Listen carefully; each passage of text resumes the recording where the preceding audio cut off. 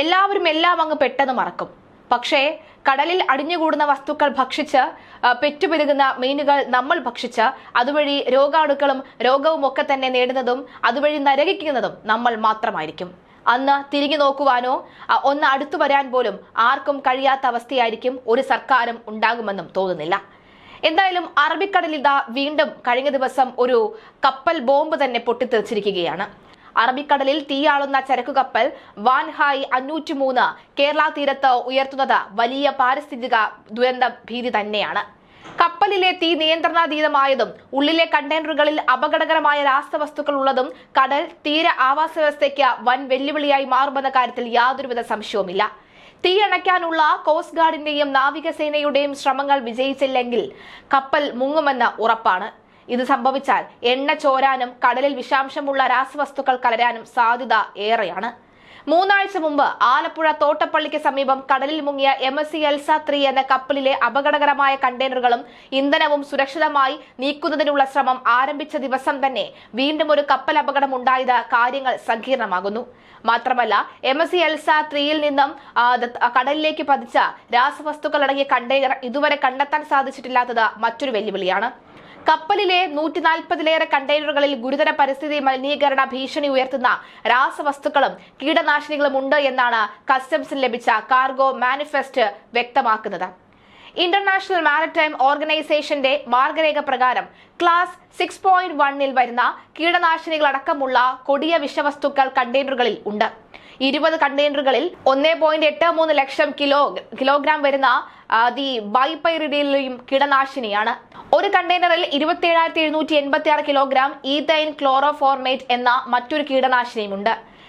Dimethyl sulphate, അതുപോലെ തന്നെ ഹെക്കാൻസ്മീഥൈൽ Daiso cyanate തുടങ്ങി ജീവനാശ ഭീഷണി ഉയർത്തുന്ന മറ്റ് കീടനാശിനികൾ രാസവസ്തുക്കളും കണ്ടെയ്നറുകളിൽ ഉണ്ട്. പരിസ്ഥിതിക്ക് ഭീഷണി ഉയർത്തുന്ന ഈ ബെൻസോ ഫെനോൾ, അതുപോലെ തന്നെ ഡ്രൈക്ലോറോ ബെൻസീൻ, 167 പെട്ടി ലിഥിയം ബാറ്ററികൾ എന്നിവയുമുണ്ട്. 40 കണ്ടെയ്നറുകളിൽ തീ പിടിക്കാവുന്ന ദ്രാവകങ്ങളാണുള്ളത്, അതായത് ക്ലാസ് 3യിൽ പെടുന്നവ. എഥനോൺ, പെയിന്റ്, അതുപോലെ ടർപ്പൻ, പ്രിന്റിംഗ് ഇങ്ക്, വ്യവസായങ്ങളിൽ ഉപയോഗിക്കുന്ന ഈഥൈൻ, മിഥൈൽ കീറ്റോൺ എന്നിവയുമുണ്ട്.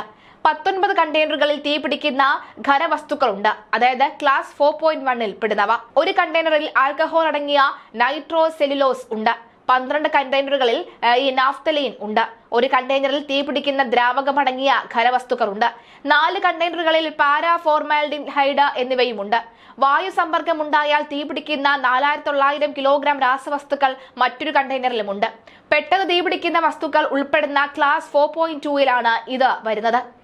കപ്പലിലെ തീ അടയ്ക്കാനുള്ള ശ്രമങ്ങൾക്ക് തിരിച്ചടിയാകുന്നത് കണ്ടെയ്നറുകളിലെ തീപിടിക്കുന്ന രാസവസ്തുക്കൾ തന്നെയാണ്. കണ്ടെയ്നറുകൾ ഇടയ്ക്കിടെ പൊട്ടിത്തെറിക്കുന്നുണ്ടെന്നാണ് വിവരം. അതിനാൽ തന്നെ അടുത്തു ചെന്ന് അഗ്നിരക്ഷാസേന പ്രവർത്തകർക്ക് ഇറങ്ങുവാനോ പ്രവർത്തനം നടത്തുവാനോ കോസ്റ്റ് ഗാർഡിനും നാവികസേനയ്ക്കും സാധിക്കില്ല. കപ്പലിന്റെ എല്ലാ ഭാഗത്തും തീ പടർന്നുകൊണ്ടിരിക്കുന്ന വിവരമാണ് പുറത്തുവരുന്നത്. അന്തരീക്ഷ ആവാസ വ്യവസ്ഥയുമായി കലർന്നാൽ എളുപ്പത്തിൽ തീ പടരുന്ന രാസവസ്തുക്കളാണ് കണ്ടെയ്നറുകളിൽ ഉള്ളത് എന്നല്ലാതെ ഏത് രാസവസ്തുക്കളാണ് ഇവ എന്ന് അക്കമിട്ട് നിർത്തുന്നുമുണ്ട്. ഇത് കണ്ടെത്തിയാലേ ഈ രാസവസ്തുക്കൾ എത്രത്തോളം പരിസ്ഥിതിയെ ബാധിക്കുമെന്ന് വിലയിരുത്താൻ കഴിയുകയുള്ളൂ. 3 ആഴ്ച മുൻപ് മുങ്ങിയ MSC എൽസ 3യിൽ അപകടകരമായ കുറച്ച് കണ്ടെയ്നറുകൾ മാത്രമാണ് ഉണ്ടായിരുന്നത് എങ്കിൽ വാൻഹായിലെ ഭൂരിഭാഗം കണ്ടെയ്നറുകളും ഈ ഗണത്തിൽ പെടുന്നവയാണ് എന്നുള്ള വിവരമാണ് പുറത്തുവരുന്നത്. കൊച്ചി തീരത്ത് MSC എൽസ 3 എന്ന കപ്പൽ മുങ്ങിയതിന്റെ ആഘാതത്തിൽ നിന്ന് കേരള തീരം മുക്തമാകുന്നതിന് മുൻപാണ് കേരളത്തിന്റെ സമുദ്ര അതിർത്തിയിൽ വീണ്ടും ഒരു കപ്പൽ അപകടത്തിൽ പെടുന്നത്.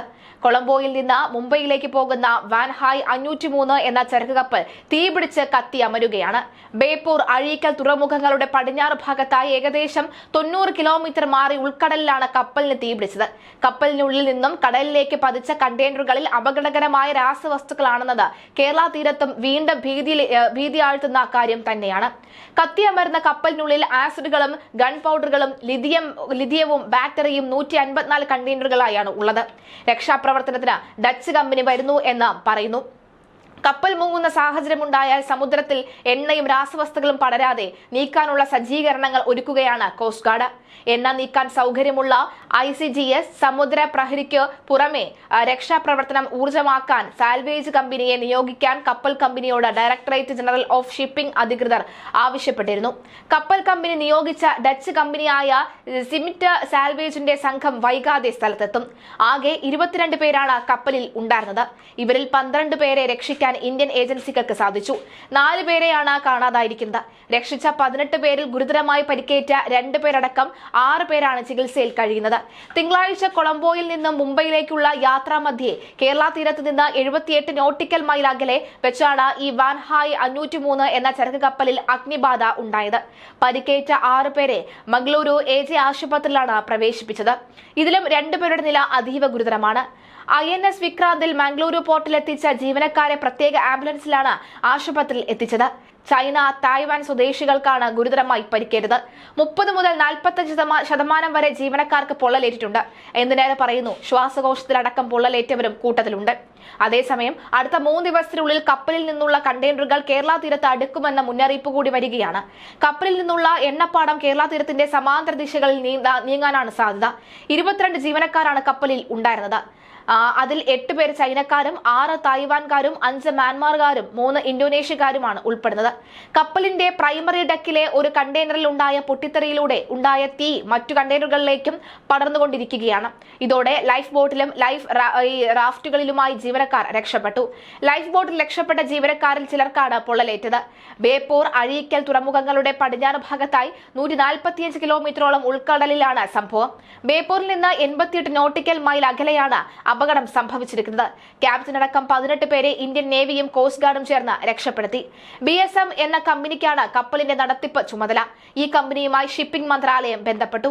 157 കണ്ടെയ്നറുകളിൽ അപകടകരമായ വസ്തുക്കൾ ഉണ്ടെന്ന വിവരം അവർ കൃത്യമായി പറയുകയാണ്.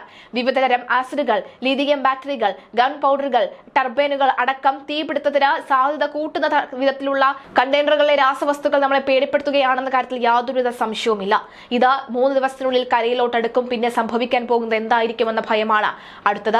തനിയെ തീപിടിക്കുന്നത് ഉൾപ്പെടെ 4 തരം രാസവസ്തുക്കൾ കണ്ടെയ്നറുകളിൽ ഉണ്ടെന്നാണ് തനിക്ക് വിവരം ലഭിച്ചതെന്നാണ് തീപിടുത്തമുണ്ടായതിന് 44 നോട്ടിക്കൽ മൈൽ അകലെ സ്ഥിതി ചെയ്യുന്ന അഴീക്കൽ പോർട്ടിന്റെ ഓഫീസറും വ്യക്തമാക്കിയത്.